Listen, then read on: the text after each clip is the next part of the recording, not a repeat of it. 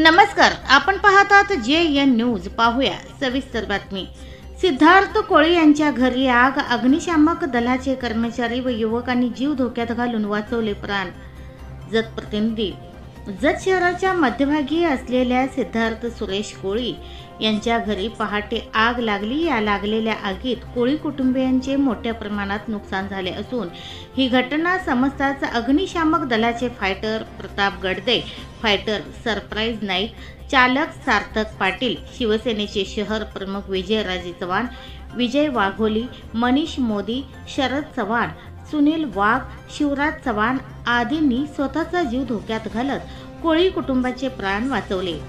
त्यांनी दाखवलेल्या धाडसाबद्दल सर्व स्तरातून कौतुक होत आहे.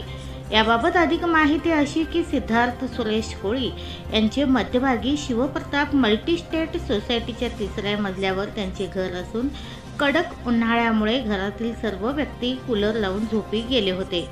अचानक पहाटे 4 वाजता कूलर गरम होऊन स्फोट झाला. बघता बघता आग पसरू लागली. या घटनेची माहिती अग्निशामक दलाच्या प्रताप गडदे यांना देण्यात आली. प्रताप गडदे यांनी त्यांच्या सहकार्यासमवेत त्या ठिकाणी दाखल झाले. त्याचबरोबर या घटनेची माहिती शिवसेनेचे शहर प्रमुख विजयराजे चव्हाण, मनीष मोदी, विजय वाघोली, शरद चव्हाण, सुनील वाघ, शिवराज चव्हाण यांना कळाली. ते तातडीने घटनास्थळी दाखल झाले. कोळी यांचे घर 3ऱ्या मजल्यावर असल्याने शिडी लावून सर्वजण वर पोहोचले. एकदा या सिनेमाप्रमाणे पहाटे थरार घडला. तोपर्यंत आगीने रुद्ररूप धारण केले होते.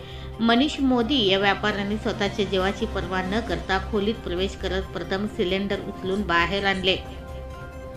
त्यांनी दाखवलेल्या धाडसामुळे मोठा अनर्थ टळला.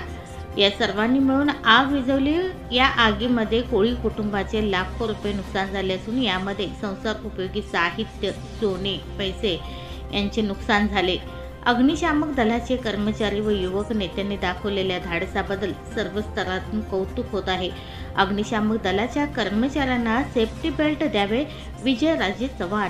अग्निशामक दलाचे कर्मचारी स्वतःचे जीव धोक्यात घालून रात्रंदिवस काम करत असून त्यांना सेफ्टी बेल्ट नसून गणवेश नाही. नगर परिषदेने तातडीने त्यांना सेफ्टी बेल्ट व गणवेश द्यावे.